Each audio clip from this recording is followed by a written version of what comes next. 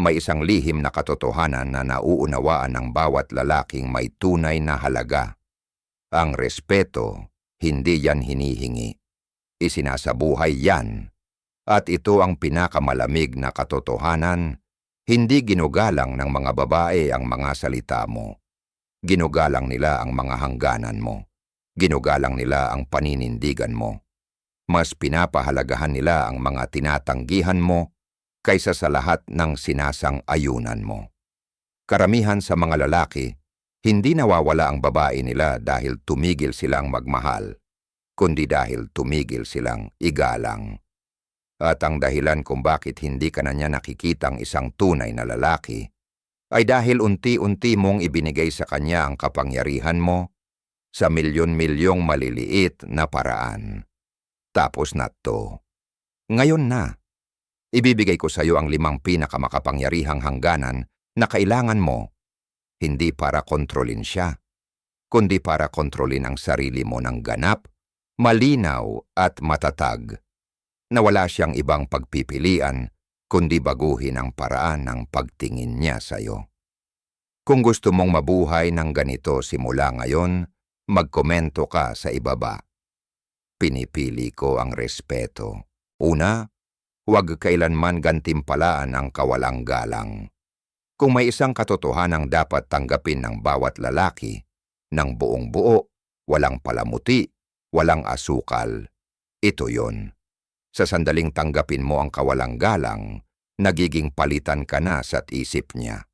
Walang saysay kung gaano nakarami ang ginawa mo, gaano na kayo katagal, o gaano mo iniisip na malalim ang koneksyon nyo. Sa mismong segundo na maramdaman niyang kaya niyang maliitin ka, baliwalain ka, kwestiyonin ka ng walang dahilan, o tirahin ka sa paraang pasimple, at manatili ka pa ring tapat habang unti-unti niyang inuupak ang dignidad mo, doon ka na nawawala sa tingin niya bilang lalaking dapat igalang. Hindi ka na niya tinitingala. Ginagamit ka na lang niya. At kahit gaano kasakit ang katotohanang yan, doon mismo nagsisimula ang kapangyarihan mo. Hindi kailanman tunay na rerespetuhin ng isang babae ang lalaking patuloy na lumalapit sa kanya matapos niyang labagin ang mga pamantayan nito. Oo, baka tiisin ka niya, gamitin, panatilihin sa paligid para sa kaginhawaan o kahalili, pero sa puso niya, wala na siyang paghanga, wala na siyang inspirasyong nararamdaman. Maaring sabihin niyang, mahal ka pa rin niya, pero pakinggan mo ang tono. Tingnan mo ang mga mata. Panoorin mo kung paano siya magsalita sa iyo kapag kayong dalawa na lang. Doon mo makikita ang totoo.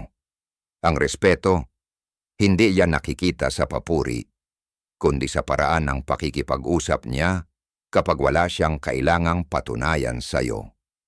Kapag ginagantimpalaan mo ang kawalang galang, kahit sa katahimikan mo matapos kanyang pagtawanan, paghingi mo ng tawad sa kasalanang siya ang may gawa, o pagbabalik mo sa kanya matapos kang baliwalain ng ilang oras, may isang malakas na mensahe kang ipinapadala.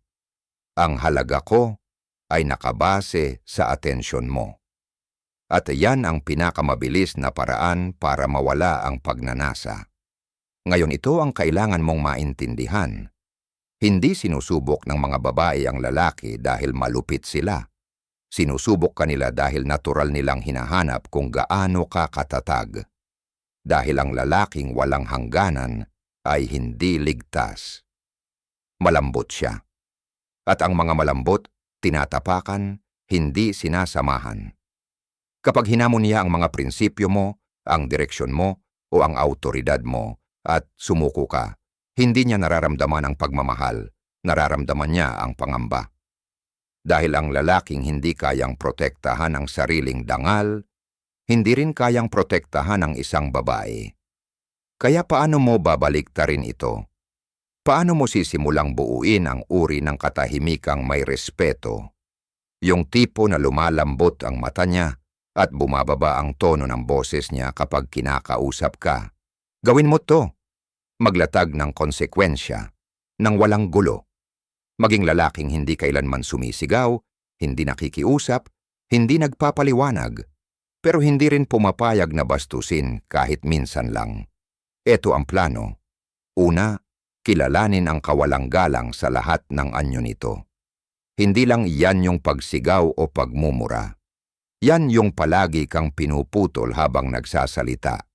Yung pinagtatawanan ng mga pangarap mo.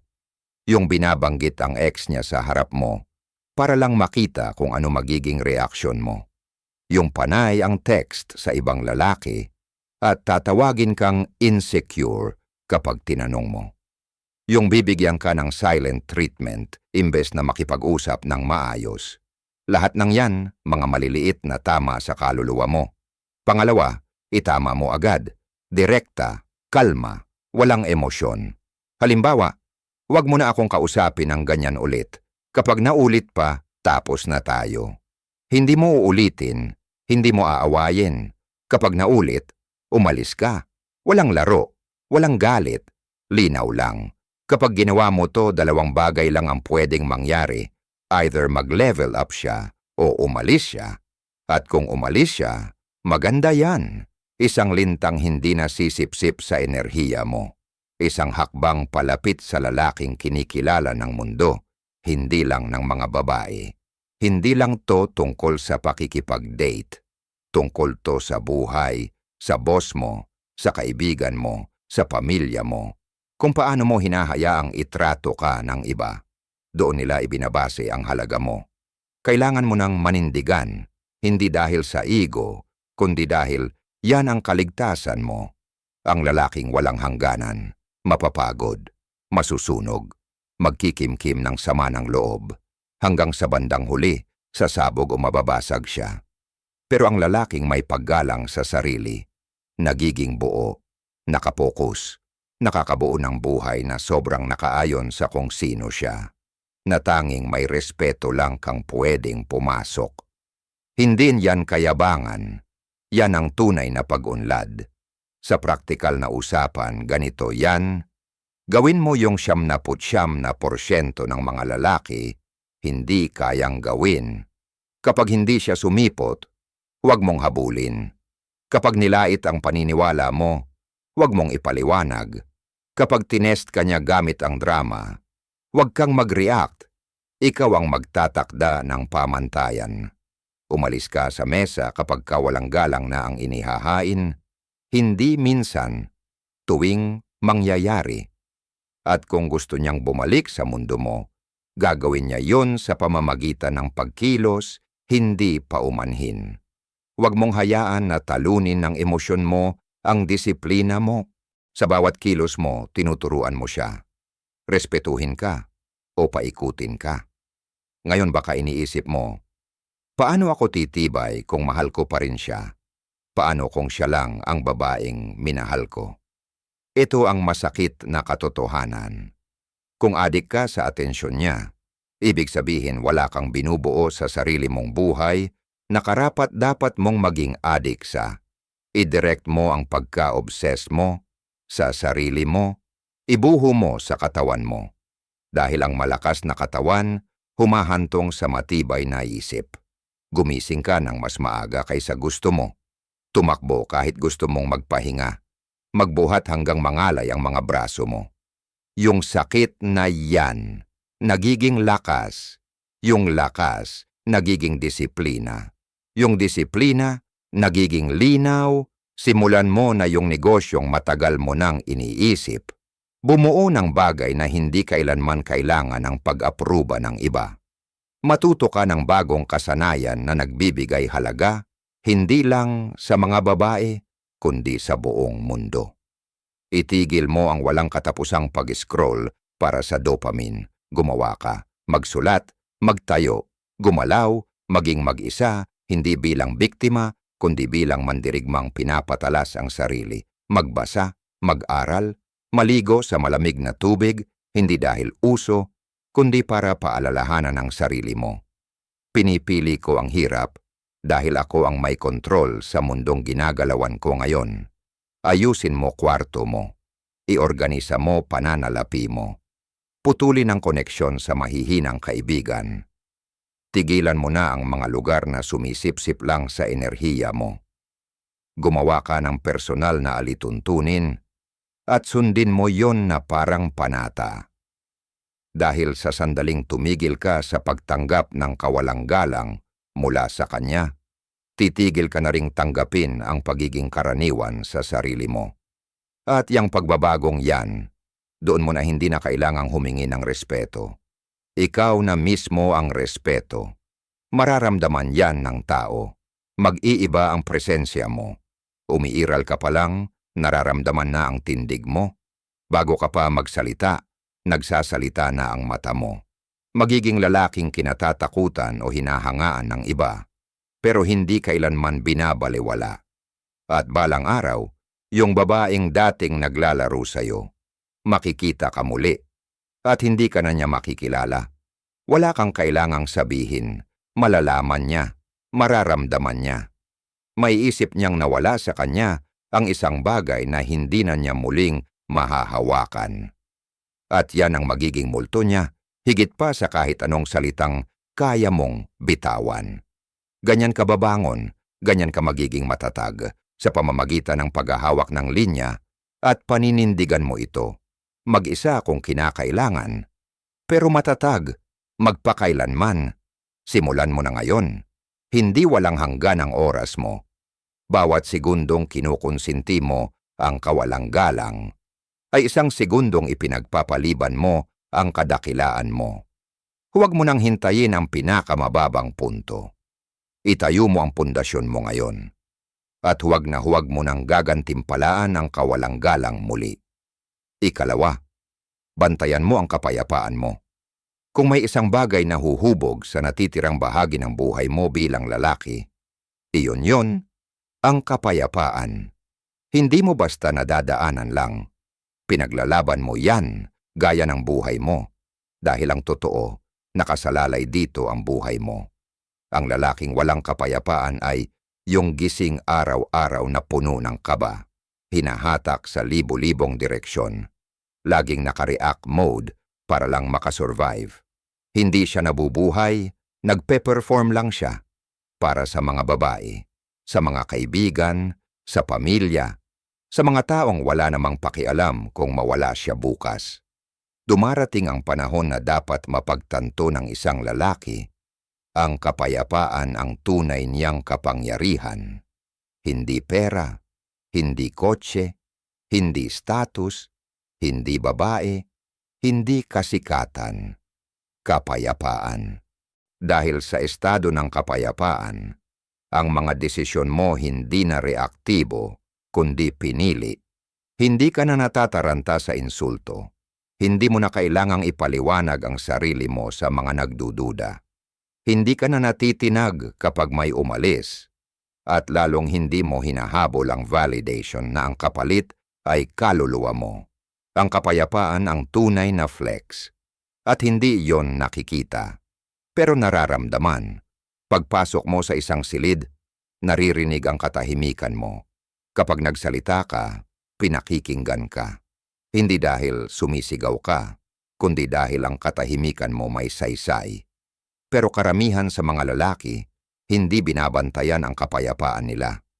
Pinapayagan nilang tumagas sa bawat text na agad nilang sinasagot, sa bawat argumento na pinapatulan, sa bawat magulong taong pinagtitiyagaan, sa bawat pabor na sinasabi nilang oo kahit hindi nila gusto dahil sa guilt. Sa bawat gabing kausap ang babaeng ni hindi sila ginugalang sa liwanag ng araw. Bawat sandaling ginugugol mo sa pagpapatunay ng halaga mo, pagtagas yan. At habang tumatagal nauubos ka. Hanggang ang matira na lang ay isang lalaking hungkag, nagsusuot ng maskara ng isang taong minsan ay nangarap. Hindi ka makakabuo ng imperyo gamit ang magulong isip. Hindi mo kayang pamunuan ang relasyon gamit ang balisang kaluluwa. Hindi mo mahihikayat ang respeto kung sa iba ka laging humihingi ng pahinga dahil hindi mo kayang bigyan ang sarili mo ng katahimikan. At ang mga babae, ramdam nila agad yan. Alam nila kapag sabog ang atensyon mo, kapag hindi mo pinangangalagaan ang oras mo, Kapag wala kang disiplina sa espasyo mo. Kapag ang schedule mo, bukas sa kahit anong trip niya, sa araw na iyon, hindi ka niya mamahalin ng mas matindi dahil dito. Mas lalo lang siyang makakaramdam na siya ang may hawak ng timon. At wala ni isang babae ang nirerespeto ang lalaking kailangang pamunuan. Kaya anong ibig sabihin ng pagbabantay sa kapayapaan mo? Ibig sabihin nito, maging hindi available sa kaguluhan. Hindi bilang depensa, kundi bilang intensyonal na disenyo ng buhay mo. Tingnan mo bawat bagay na pumapasok sa mundo mo, cellphone mo, mga relasyon mo, gawi mo, schedule mo, at itanong mo, pinoprotektahan ba nito ang kapayapaan ko o nilalason ito? Kapag nilalason, alis agad. Walang second chance. Walang eksenang pag-alis. Tapos na. Hindi mo na kailangang makipagtalo. Dahil ang pagtatalo ay nangangailangan ng pagpapatunay. At ang lalaking may kapayapaan, hindi kailangang magpaliwanag sa kaguluhan. Hindi ka na humahabol. Dahil ang paghabol hinihila ka palayo sa kasalukuyan. Hindi ka na tuloy-tuloy sa pag-scroll. Dahil bawat swipe, desisyon yan na magpamanhid imbes na magtayo. Hindi ka na natutulog ng lampas oras. Dahil ang pagkalimot sa umaga ay mensaheng sinasabi mo sa kaluluwa mo. Hindi mahalaga ang buhay ko ngayon. Hindi mo na kailangang makipag-usap sa lahat. Dahil ang access sa'yo, sagrado. Ang kapayapaan ay hangganan na walang paliwanag. Kapag sinabi mong hindi, tapos na, yon. Hindi mo sinasagot ang mga text mula sa mga taong hindi kailanman nagbigay ng kapayapaan sa iyo.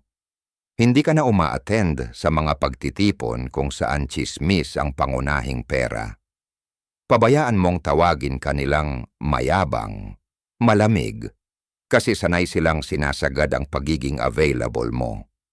Pabayaan mo silang magtaka. Pabayaan mo silang magsalita. Dahil habang nagsasalita sila, ikaw naman ay nagtatayo ng buhay, isang buhay kung saan ikaw ang pumipili kung sino ang makakapasok.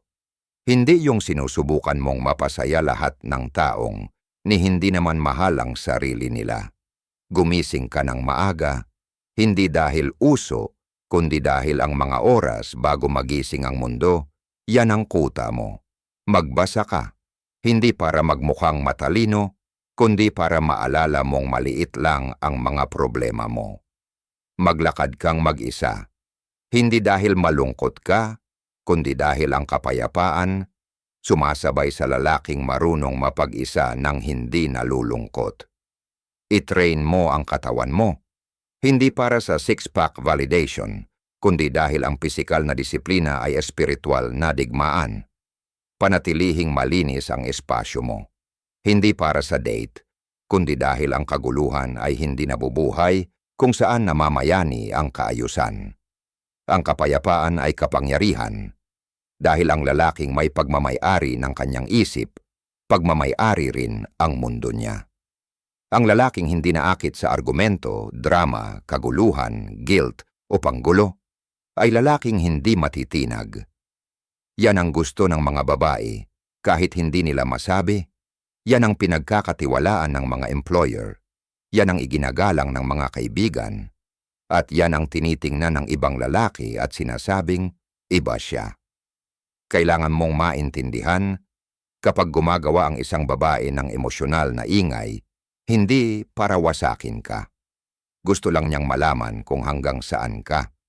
Gusto niyang makita kung yuyuko ba ang mundo mo kapag sinadyang tumulak siya. Kapag sinimulan kanyang awayin ng walang dahilan, nagtatanong ng may halong tuso, biglang lumalayo para makita ang reaksyon mo. Hindi niya gustong saktan ka. Gusto niyang makita kung may laman ka ba talaga. At kung bawat tusok niya, agad kang tumatalon, wala kang core, puro reaksyon lang. Pero kapag nanatili ka sa likod, tahimik, kalma. Pinahaba ang katahimikan kaysa sa kalituhan niya. At sumagot ka hindi dahil sa emosyon, kundi dahil pinili mo. Hindi ka lang basta nagbabantay ng kapayapaan. Ipinapahayag mong hindi ito mapag-uusapan. At kalaunan, dalawa lang ang mangyayari. Mag-a-adjust siya sa dalas mo o aalis siya sa buhay mo. At pareho yon panalo. Dahil sa sandaling isinusuko mo ang kapayapaan mo para lang manatili ang isang tao, doon ka nawawala. At kung nawawala ka na, anong silbi ng pagmamahal kung wala ka na? Anong saysay ng pagmamahal kung ang kapalit ay kaluluwa mo? Gusto mong baguhin ang buhay mo? Bumuo ka ng kapayapaang sobrang tibay na naiinsulto yung mga taong namumuhay sa kaguluhan. Kapayapaang totoong totoo, hindi ka na napapailing kapag sinabihang nagbago ka. Kapayapaang umaakit ng tamang tao at itinataboy ang mali. At ang irony, kapag nabuhay ka ng ganito, lahat ng dati mong hinahabol, validation, pagmamahal, atensyon, respeto, sila na ngayon ang hahabol sa'yo. Dahil ikaw na yung bihirang lalaki. Yung hindi kailangang makita ng mundo para maramdaman ang kabuuan niya. Ang kapayapaang yan ang magpapagaling sa'yo, magpapalinaw sa desisyon mo, magpapakilala ng tunay mong mga kaibigan, tuturuan kang magmahal nang hindi nawawala ang sarili mo. At magtatayo yan ng pundasyong hindi kayang yuguin ng kahit anong pagkatalo, babae, pagtataksil o pagkalugi. Bantayan mo yan na parang ginto, dahil ginto nga ito. At kapag ikaw na ang nagmamay-ari nito, hinding-hindi mo na ipagpapalit ang sarili mong katahimikan para sa kaguluhan muli. Pangatlo, huwag mong isiwalat ang lahat. Hindi niya gustong malaman ang bawat detalye tungkol sa'yo, kahit pa sabihin niyang gusto niya. Gusto kanyang maramdaman, hindi araw-araw pasukin ng buo. Gusto kanyang tuklasin, hindi pasanin. At sa sandaling ibukas mo ang pinto sa bawat emosyon, bawat pagdududa, bawat sugat, bawat pangarap na pilit mong iniisip, nagiging isang bagay ka na hindi niya inihanda ang sarili para sa isang proyekto. At hindi umiibig ang babae sa proyekto. Umiibig sila sa lalaking kayang buhatin ang sarili nilang bigat, nagsasalita kapag mahalaga, at marunong magtira ng kaunti para manatiling kaakit-akit. Buong buhay mo, sinabihan kang magbukas, maging mahina, magbahagi pa. Pero maging totoo tayo. Ano ang napala mo? Lumapit ba siya noong inamin mo ang mga anxieties mo? Lalo ka ba niyang hinangaan nang umiyak ka sa mga kabiguan ng buhay? O may unti-unting nagbago sa tingin niya, banayad, hindi binanggit, na hindi ka na niya tinitingnan bilang tagapagtanggol, kundi bilang emosyonal na kapantay? At kahit magandang pakinggan iyon, ang totoo ganito. Kapag inihulog mo sa balikat niya ang buong emosyonal mong mundo, maaring aliwin ka niya, pero mawawala ang paghahangad niya sa'yo. Mayroong sagradong agwat na nagpapanatili ng tensyon sa pagitan ng lalaki at babae. Hindi ito kasinungalingan, hindi ito lamig, distansya. Ang puwang sa pagitan ng iniisip niyang ikaw at ng hindi pa niya lubos na alam. Ang misteryong iyon ang apoy, iyon ang dahilan kung bakit interesado pa rin siya. Iyon ang dahilan kung bakit patuloy siyang naghahanap. Iyon ang kaibahan mo sa bawat lalaking ibinubuhos ang sarili sa ikatlong araw, umaasang sa gayon, mananatili siya. At kapag pinatay mo ang misteryo, pinapatay mo rin ang tensyon. At kapag namatay ang tensyon, nawawala ang pagnanasa. Hindi ito tungkol sa pagiging walang emosyon. Hindi ka makina. Dumudugo ka, nahihirapan ka, nag-aalinlangan ka. Pero ang kaibahan ng isang iginagalang na lalaki at isang tinitiis lang ay kung paano niya dala ang mga emosyon niya. Ang iginagalang na lalaki ay malalim magmahal pero kumikilos ng may layunin. Hindi niya hinahayaang maging pasanin ng iba ang kanyang sakit. Hindi niya ginagamit ang kanyang kwento para kuhanin ang awa ng iba. Hindi siya bumibigay sa bigat ng nakaraan niya. Tahimik niya itong pinagsasama-sama, matiyaga, mag-isa kung kinakailangan. Kapag ibinahagi mo ang lahat ng masyadong maaga, nagkakagulo ang emosyon. Hindi niya alam kung anong gagawin sa lahat ng iyon. Nalulunod siya. At sa halip na maramdaman niyang malapit ka, parang nasasakal siya. Sa halip na igalang ang pagiging bukas mo, kinukwestiyon niya ang katatagan mo. At sa halip na lumapit, siya'y lumalayo. Hindi dahil malupit siya, kundi dahil sa kaibuturan niya.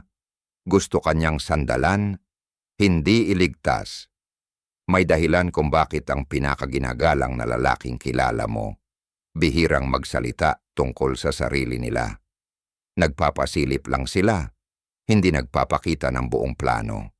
Nagbibigay sila ng presensya, hindi paliwanag, at hindi nila hinahabol ang koneksyon sa pamamagitan ng pagsisiwalat.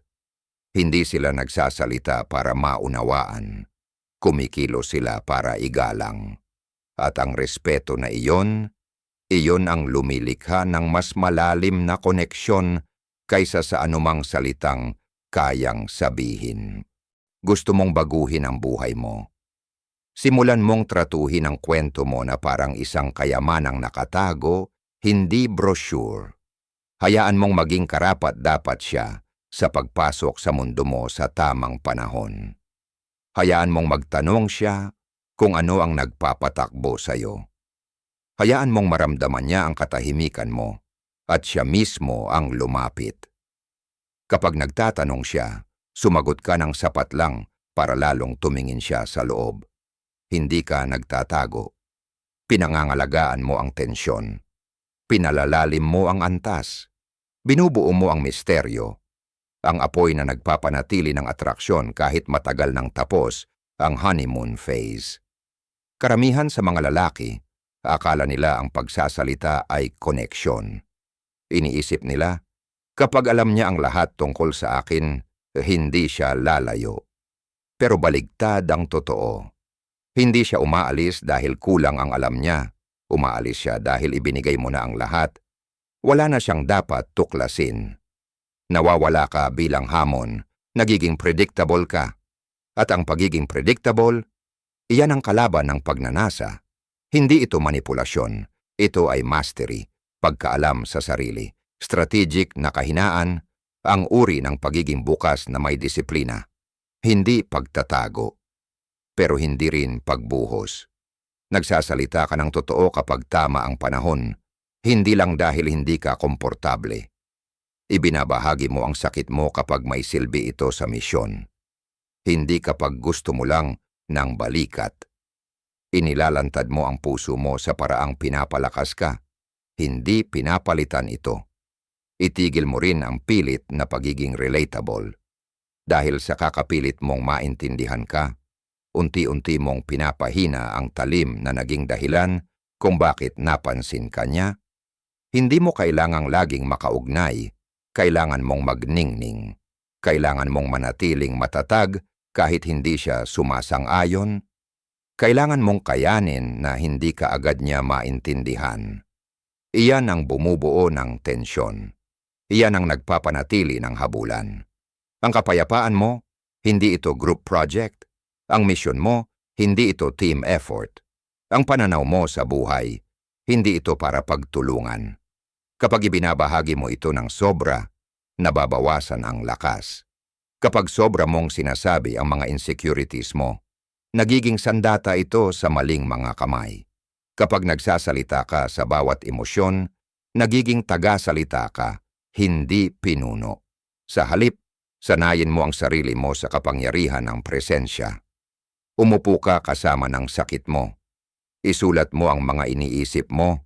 Dalhin mo ang kalituhan mo sa pagkilos. Gumawa ka ng kuta sa loob ng emosyonal mong mundo, matibay at sagrado, na tanging karapat-dapat lang ang makakapasok. At kapag nakapasok sila, huwag mo silang lunurin sa emosyon. Anyayahan mo silang masaksihan ang tibay mo. Hindi ka nagbubuhos, nagpapakita ka. Hindi ka bumibigay, dahan-dahan kang bumubukas. Parang pagsikat ng araw, mabagal, may layunin, maganda, at karapat-dapat. Ganiyan ka nagiging hindi malilimutan, hindi dahil sa dami ng sinabi mo, kundi dahil sa dami ng kinaya mo, nang hindi mo siya pinapasan. At habang ginagawa mo ito, mas nagiging magnetic ka. Dahil ngayon, ikaw ay bihira. Hindi ka lang lalaking may kwento, isa kang lalaking may sentro. Lalaki na hindi lang basta nabubuhay, kundi marunong maglayag. May katahimikan, may misteryo, may tahimik na lakas ng isang taong alam ang sarili at hindi kailangang kumpirmahin ito ng mundo. Ganito mo nakakamit ang pansin niya. Ganito mo pinananatili ang talim mo. Ganito ka nirerespeto, hindi lang sa relasyon, kundi sa bawat kwartong pinapasok mo. Pang-apat, walang emosyonal na reaktibidad. Ang kontrol ay hindi kawalan ng damdamin. Ito ay ang presensya ng disiplina. Ang lalaking hindi basta-basta naapektuhan ng emosyon ng iba. Siya ang nagsisimula ng maunawaan ang tunay na ugat ng lakas niya. Hindi dahil hindi siya nakakaramdam, kundi dahil hindi na siya alipin ng nararamdaman niya sa sandaling iyon. Gustong maging reactive ka ng mundo. Sinusubok ng mga babae ang pagiging reactive mo. Namumuhay sa reaktibidad ang mga mahinang lalaki. Pero ang lalaking nananatiling tahimik sa gitna ng bagyo, siya ang tahimik na naghahari. Nakita mo na ito, bigla siyang magbabago ng tono. May sasabihing may halong pang-aasar. O kaya'y biglang mawawala ang atensyon niya nang walang paliwanag. At agad na bumabagsak ang sikmura mo. Umiikot ang utak mo. Hinahabol ng mga salita mo ang kanya. Parang hangin na pilit kinukulong ang tubig. Iyan ang emosyonal na reaktibidad. Iyan ang sandali kung saan ang panloob mong mundo ay kontrolado ng panlabas niyang kilos. At kapag naramdaman niyang kaya niyang hawakan ka sa ganong paraan, unti-unti, palihim, at tuluyan ng nabubulok ang dinamika. Hindi ito pagiging malamig. Ito ay pagiging makapangyarihan sa sariling emosyon. Ang kakayahang maramdaman ng lahat nang hindi ginagapos ng nararamdaman mo. Isang uri ng lalaki na kayang tumayo sa harap ng babaeng sinusubok ang hangganan niya, sa harap ng boss na kinukwestiyon ang halaga niya, o ng estrangherong nawalan ng respeto. Nang hindi natitinag sa posisyon niya, hindi mo kailangang sumagot ng galit, magpaliwanag o makiusap. Kailangan mo lang manatiling nakatayo, buo, present, makapangyarihan kahit walang ingay. Sinusubok ito ng mga babae dahil dito nila malalaman kung totoo ka, kung matatag ka, kung ang lakas mo ba ay panandalian lang o nakaugat sa lalim. At kapag pumasa ka sa pagsubok na iyon, hindi lang siya mapapanatag, matutunaw siya. Dahil sa mundong puno ng lalaking agad sumusuko, ang lalaking hindi kumukurap ay parang isang revelasyon. Pero hindi ito kayang pekein, hindi mo ito kayang gaya-gayahin habang nagngangalit sa loob. Nagsisimula ito sa mas malalim na lugar, ang pagkilala at pag-angkin sa mga trigger mo. Ang pagharap sa mga bahagi ng sarili mong nangangatog kapag may hindi sang-ayon sa'yo. Nababalisa kapag may umiiwas, o nagmamadaling magtanggol kapag may umiikot, kinukwestiyon ang intensyon mo. Tinitingnan mo sila sa mata at sinasabing, hindi na kayo ang namumuno. Nagiging mulat ka sa mga impulsong dati mong sinunod. Ngayon pinagmamasdan mo na lang sila. At sa pagitan ng stimulus at response, sa espasyong yon, doon ipinapanganak ang mga hari. Binabago ka ng pagsasanay na ito. Magsisimula kang makita ang mga bagay na hindi napapansin ng iba. Magsisimula kang marinig ang nasa likod ng kanyang mga salita, sa halip na basta tumugon sa mismong sinabi niya. Tumitigil ka sa pangangailangang ikaw ang huling magsalita. Tinigil mong ipagtanggol ang sarili mo sa mga taong hindi naman karapat-dapat humusga. Nagsisimula kang mamuhay na parang ginto ang atensyon mo. Dahil totoo namang ginto ito. At kung may gustong makakuha nito, kailangan nilang maging karapat-dapat. Binabago rin nito kung paano ka tratuhin ng mga tao. Ang mga dating sanay manggatong sayo, mabibigo dahil hindi ka na nila natitinag. Magsisimula silang questionin ang sariling paglapit nila. At ang mga tunay na may respeto sa lakas, sila ang kusang lalapit dahil ang katahimikan ay humihila ng linaw at ang linaw ay humihiwalay sa lahat ng dinadala ng kaguluhan. Mapapansin mong mas kaunti ka ng magsalita. Mas mabagal ang kilos mo, mas mapanood ka, nag-aantay, nag-aaral. Hindi ka na tumutugon sa pabago-bagong damdamin niya, sa katahimikan niya, sa pasikot-sikot niyang pananalita. Naiintindihan mong ang emosyon niya ay kanya. At kung kaya mong maging sisidlan ng alon niya, nang hindi ka nalunod, pagkakatiwalaan ka niya higit sa lahat ng lalaking nakilala niya. Hindi dahil iniligtas mo siya, kundi dahil hindi mo nawala ang sarili mo sa pagtangkang gawin ito. At sa buhay ito ang kapangyarihang mag-aangat sa iyo sa karamihan ng mga lalaki. Dahil ang karamihan sa kanila alipin ng emosyon na tinatawag lang nilang passion. Nakikipaglaban sa mga digmaang walang halaga. Sinusunog ang mga tulay dahil nasakta ng ego nila. Hinahabol ang mga argumento para lang ipagtanggol ang marupok na pride. Pero ikaw ay lumalabas sa kaguluhan na parang hindi mo na ito antas. Dahil totoo namang hindi mo na ito antas. Hindi ka na nahihila pababa. Dumadaan ka sa paligid nito, sa ibabaw nito, sa gitna nito, nang hindi nadidikit. Papasa ka sa meeting kung saan kinukwestiyon ang ideya mo at ngingiti ka. Traidorin ka ng kaibigan. At sa halip na gumanti, maglalaho ka na parang oxygen sa apoy. Makakarinig ka ng chismis tungkol sayo. At mananatili kang tahimik. Dahil ang katotohanan ay hindi natataranta, iiwan ka, tatanggihan ka. Hindi ka mapapansin, pero hindi ka madudurog. Babangon kang tahimik, may direksyon. Ang kawalan ng emosyonal na reaktibidad ay nangangahulugang hindi mo na basta ibinibigay ang manibela ng buhay mo tuwing may nararamdaman ka. Nagsisimula kang pumili ng direksyon gamit ang disiplina. At ang disiplina na iyon ang bumubuo sa kaharian mo, isang hangganan sa bawat pagkakataon. 5, laging maging handang lumayo. Napakaraming lalaki ang nananatili sa mga trabaho na sumisipsip sa kanilang lakas, sa mga relasyon na nagpapababa ng kanilang pagkatao, at sa mga pagkakaibigan na hindi nagbibigay ng respeto. Nanatili sila dahil natatakot. Natatakot sa pagiging mag-isa, natatakot sa muling pagsisimula. Natatakot sa kung ano ang iisipin ng mundo.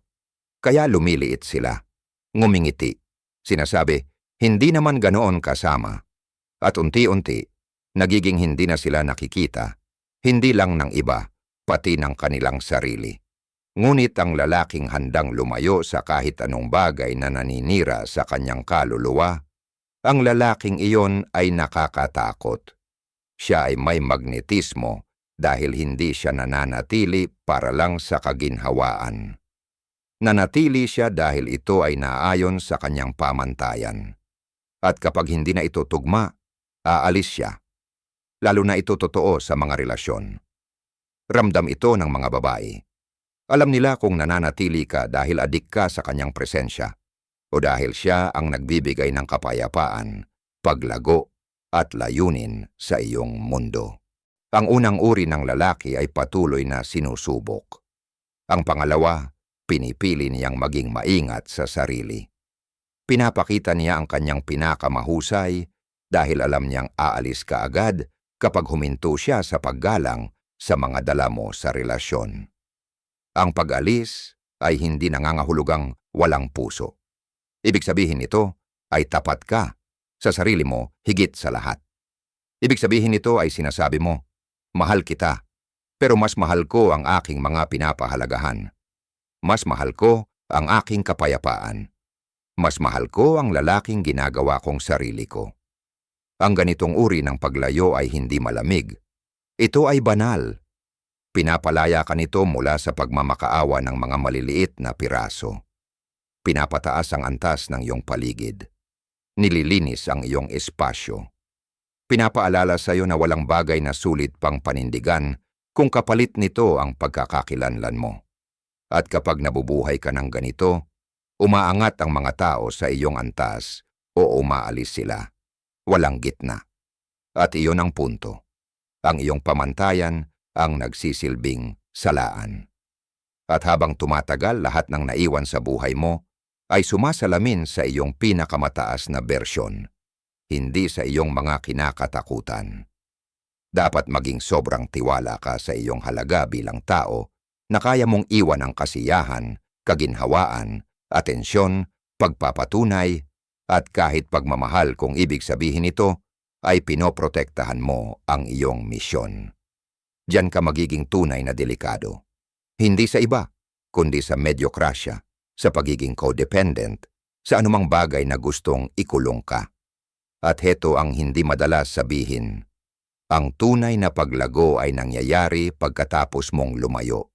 Ang lakas, ang linaw, ang paglawak. Hindi ito dumarating habang kumakapit ka. Dumadating ito sa katahimikan pagkatapos ng iyong huling hakbang palayo. Sa espasyong iyon, nakikilala mo ang susunod na bersyon ng iyong sarili. Yung hindi na nagtitiis ng kaguluhan bilang kasama. Yung hindi na nakikiusap. Yung hindi na nananatili para lang maramdaman na kailangan siya. Maging handa kang lumayo sa kahit anong bagay na nagpapalimot sa'yo kung sino ka talaga. At kapag nagawa mo yon, hindi ka na muling hihingi, huhabol, o magtitiis ng kawalang galang. Sa sandaling piliin mo ang paggalang sa sarili kaysa sa kaginhawaan, nagsisimula ang iyong buhay. Hindi lang ang relasyon mo, hindi lang ang kumpiyansa mo, kundi ang buong buhay mo. Ang lalaking dati mong sarili ay nawala na, at ang lalaking ginagawa mong sarili hindi na humahabol ng pag-apruba. Nagtatayo siya ng pamantayan. Hindi siya sumusuko sa ilalim ng pressure. Pumipino siya sa katahimikan. Hindi siya naghahanap na maintindihan. Naghahangad siyang maging hindi matatawaran. Hindi ka kailanman nilikha para mabuhay sa iyong mga tuhod, para sa pagmamahal, atensyon o pagtanggap. Nilikha kang lumakad ng may kapangyarihan, tahimik, kalmado, na may matatag na paniniwala na ang respeto ay hindi bagay na hinihiling, kundi bagay na dinidisenyo. Kung naramdaman mo ang pagbabagong iyon ng malalim sa puso mo, huwag mong hayaang mawala. Ilak mo yon. Hindi ito ang katapusan. Ito ang simula ng isang bagong yugto para sa'yo. Isang bersyon ng iyong sarili na hindi na magtitiis maging mas mababa kaysa sa nilikha siya. Kung ang mensaheng ito ay tumimo sa malalim na bahagi mo, kung pinaalala nito sa iyo ang lalaking palaging dapat mong maging, mag-subscribe ka sa channel. I-share mo ang video na ito sa kaibigan mo. Mag-comment sa ibaba. Pinipili ko ang respeto kaysa sa pagpapatunay. Dahil kapag sinuportahan mo ang kilusang ito, hindi lang channel ang pinapalago mo. Tinutulungan mo ang isa pang lalaki na marinig sa wakas ang mga bagay na hindi kailanman nasabi sa kanya.